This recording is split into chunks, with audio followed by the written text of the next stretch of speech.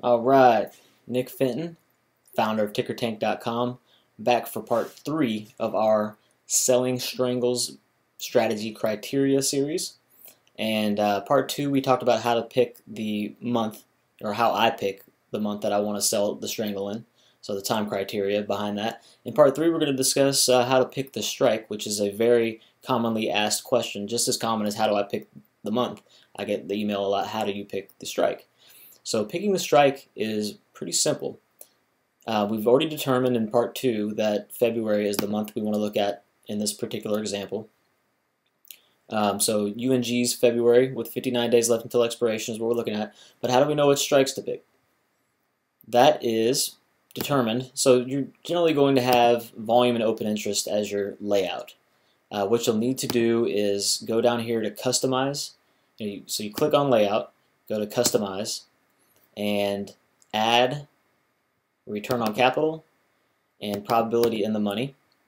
And then over here under current set, you can select both of them and move up so that the order is return on capital, probability in the money, volume, and open interest. And then you hit OK. If you want to save that, you can go back here to layout, save as, and name it whatever you want. But I already have it saved, so I'm not going to do that. So what you do here is I use the probability in the money column, and on the put side and the call side I choose the strike that's as close to 16% as possible, generally erring below 16% versus above 16%, because I want this to be as wide a range with as high a probability of success as possible.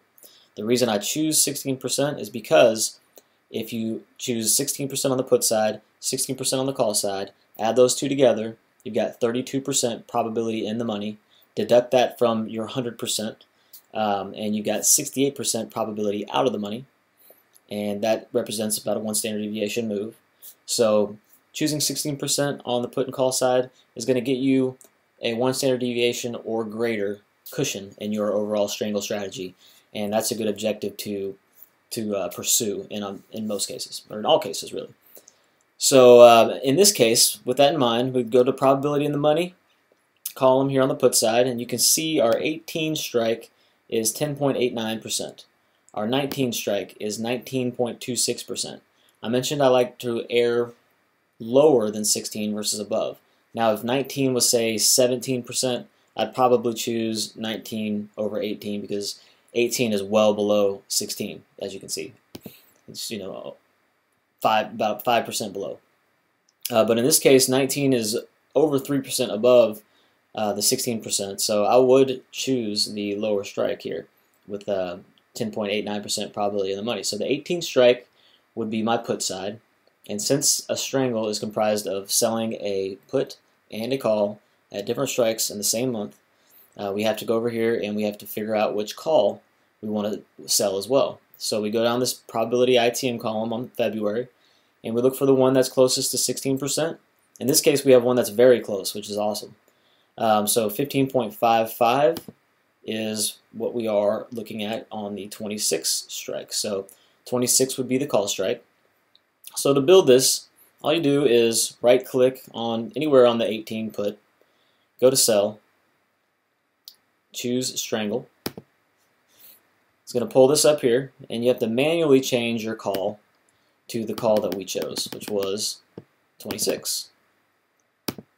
So you choose 26 there, and here we've got our strangle picked. So it's that simple, picking the strikes. You simply choose the strikes that are closest to 16, and again, err to this is what I do, of course. You don't necessarily have to do 100% what I do, but I err below 16 more often than I err above 16. And unless it's really, really close to 16, say 17% or below, basically. So in this case, we chose 10.89 for obvious reasons. So that concludes part 3. Part 4, we're going to discuss minimum acceptable credit and minimum acceptable probability of profit or probability of success. So I'll see you in part 4.